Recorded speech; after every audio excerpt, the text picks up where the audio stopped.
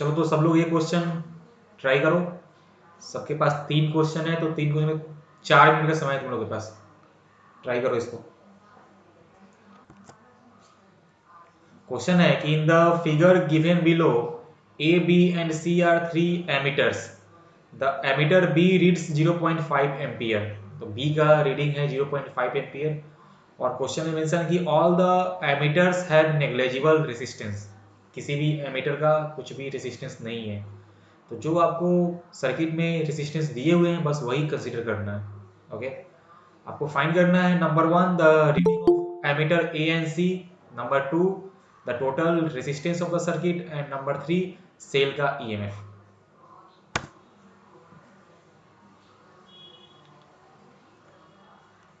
मैं सबसे पहले क्वेश्चन नंबर 1 सॉल्व कर रहा हूं।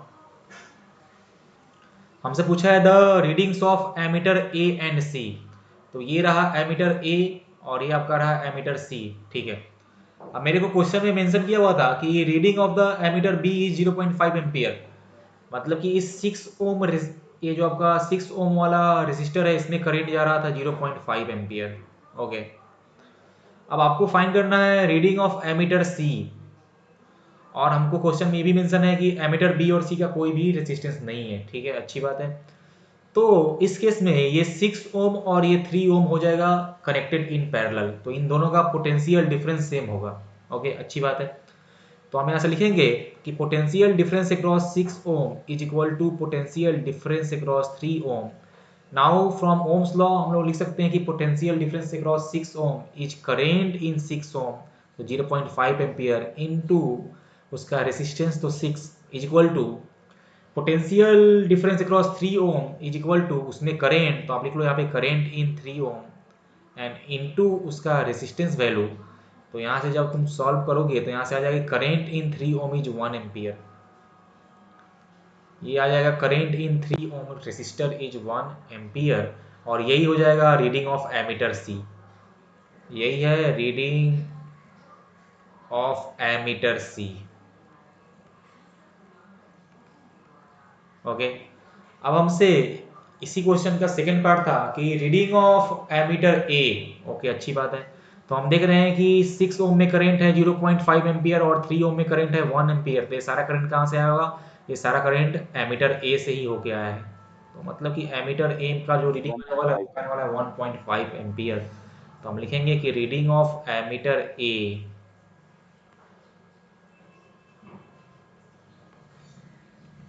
Equal to 1.5 ampere. ये हो गया क्वेश्चन नंबर 1। अब आते हैं क्वेश्चन नंबर 2 में। हमसे पूछा कि the total resistance of the circuit, तो इसमें तो कोई तकलीफ नहीं है।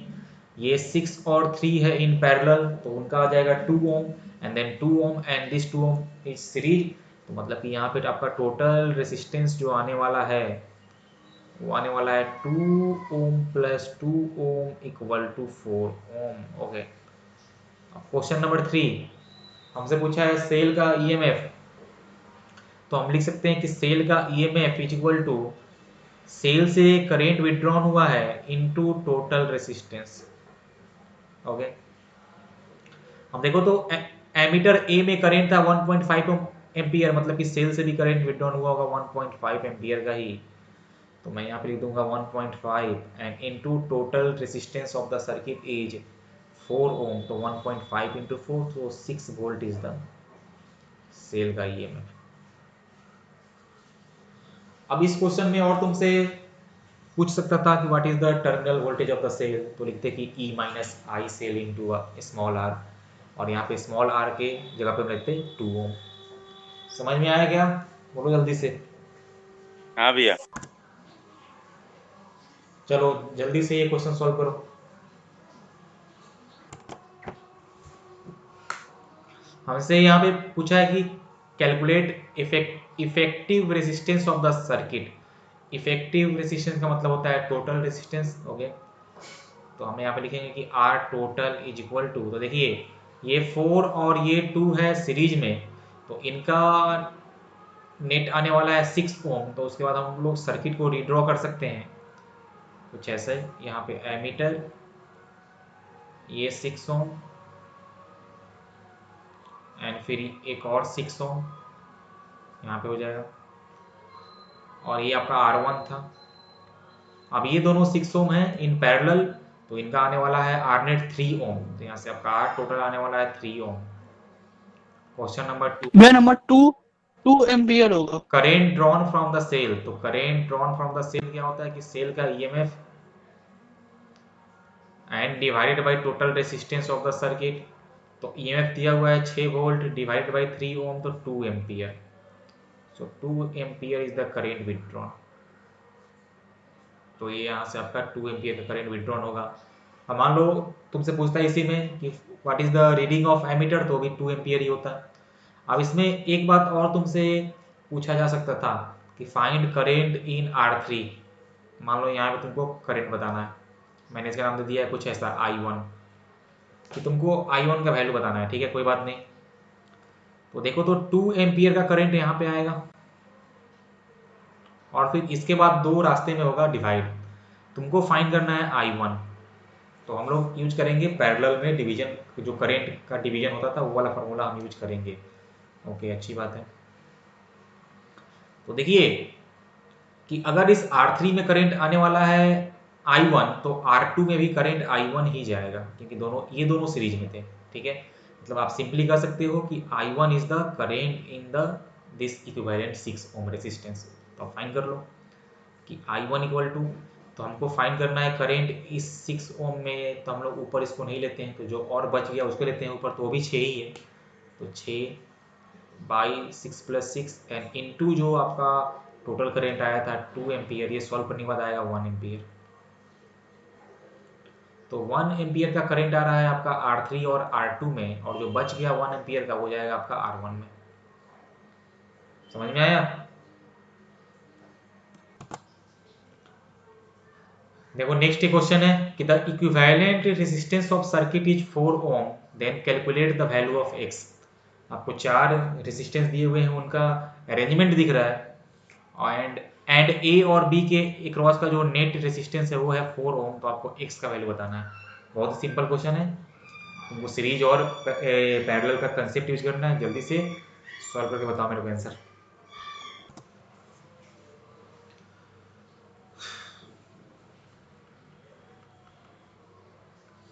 देखो यहाँ पे तो ये 5 ओम एंड x ओम है सीरीज में, एंड फिर 8 ओम और 4 ओम है सीरीज में। तो इससे सर्किट को मैं रिकंस्ट्रक्ट कर सकता हूँ कुछ ऐसा, 5 plus x ohm and 8 plus 4 का हो जाएगा 12 ओम, और फिर ये एंड ए और ये एंड बी। अब ये दो रेसिस्टेंस 5 प्लस एक्स के एंड 12 के, ये दोनों पैरेलल में कनेक्टेड हैं, तो आप इनको नाम दो R1 एंड R2। तो मैंने इनको नाम दिया R1 एंड R2। अब इनके पैरेलल कॉम्बिनेशन का वैल्यू कितना आने वाला है, तो आप जानते हो कि R पैरेलल अगर दो रेसिस्टेंस हो तो आप यूज कर सकते हो R1 into R2 divided by R1 plus R2, और इनके कॉम्बिनेशन का रेसिस्टेंस आपको दिया हुआ था 4 ओम, तो मैं यहाँ लिख दूंगा 4 इज इक्वल टू R1 की जगह पे 5 प्लस एक्स इंटू R2 के प्लेस पे 12 and then 5 plus x plus 12। इसको सिंप्लीफाई कर लो, तो ये 4 3 जा 3 टाइम्स से जाएगा 12। बाकी उसके बाद आपका आने वाला है x plus 17 is equal to 5 plus x into 3। ये यहाँ से आ जाएगा x plus 17 equal to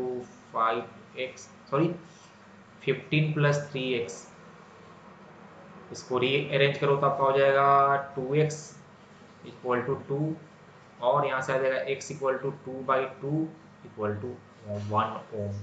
so 1 ohm is the answer. तो ये हमने बहुत सारे क्वेश्चंस कर लिए सर्किट पे। अब तुम लोग घर पे खुद से जो 10 इयर्स के हैं या बुक के हैं, तुम लोग क्वेश्चन करना प्रैक्टिस, सारा क्वेश्चन सॉल्व हो जाएगा।